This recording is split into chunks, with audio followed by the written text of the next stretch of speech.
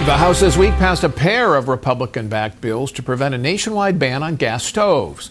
Legislation passed Tuesday would bar the Consumer Product Safety Commission from regulating stoves based on the claim that they are health hazards, while a separate measure passed Wednesday would block an Energy Department rule setting stricter efficiency standards for stovetops and ovens.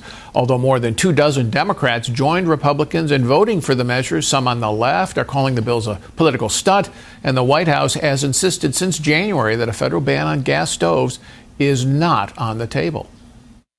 The president does not support banning gas stoves, and the Consumer Product Safety Commission, which is independent, is not banning gas stoves. So I just want to be very clear on that. Let's bring back our panel. Kim, so you've dug into this. They say, oh, no ban here, but what's the reality? So it's a de facto ban, Paul, just to be clear. What they're doing is this is the first ever regulation of stovetops, and it would impose an annual limit on the amount of natural gas that could be used in gas stoves. What that means is that all the features that actually make natural gas stoves really attractive to people, big burners, simmer burners, cast iron grates, all of those features would be severely limited if they could be used at all. And the manufacturers out there are saying that anywhere about up to 96% of existing models will not pass this current rule, and that they'll have to radically redesign to make things that nobody really wants. So effectively, Paul, it's a ban on any kind of stove you might actually want to buy, and you'll be left with a version that's more like today's dishwashers and washing machines that don't really do the job that they're meant to do. Yeah, Kyle, this is the rule by regulation, right? You don't want to say you want to do it directly, but you do it through the administrative state and regulation, which effectively gives you what you want, and it does it somewhat on the sly. Right, and you pretend you're not doing it right up until about 5 seconds before you do it. I mean, this is a national ban on gas stoves is not on the table. It's under the table, ready to be pulled out at any moment. And I think you also have to look for the real motivations here at states that are doing similar things that are stopping gas hookups. New York State, yeah. Right, in new residential buildings. And so I think the people who say that there's not a movement against natural gas, which, remember, a lot of people use not only for cooking, but to heat their homes, to heat their water, for their washers and dryers. I think the idea that there is not a progressive movement against that has a real credibility problem. Dan, any chance that these Republican bills, which got so many Democratic votes in the House, could have a chance in the Senate?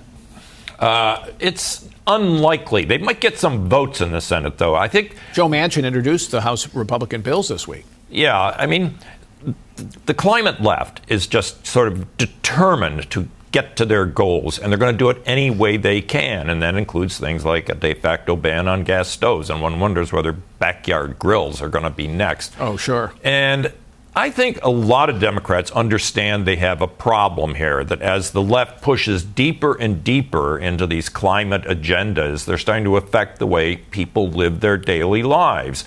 And so it would not surprise me if this got enough elevation by passing the Republican House that it would force some of these Democrats in an election year to step back and perhaps vote in favor of a bill like this.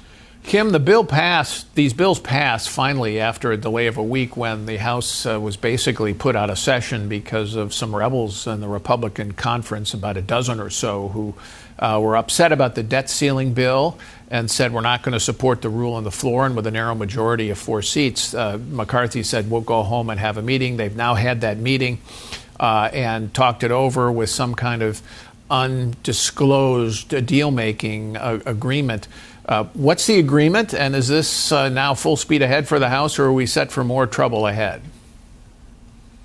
Well, one thing we do know came out of those discussions is that the head of the House Appropriations Committee announced that they are going to mark up this coming year's spending bills at fiscal 2022 levels, so a bit lower than what was agreed in that bill between McCarthy and the White House.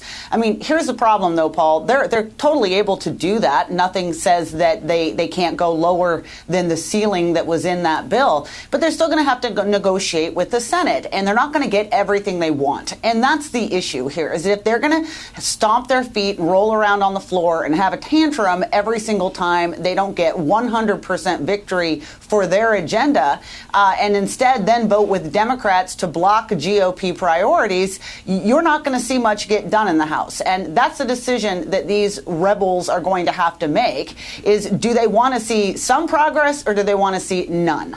And right now they seem to be more interested in the headlines. Yeah, Kyle, briefly, the message of the debt ceiling bill for me, the lesson was if you stick together, you succeed. If you don't, you fail.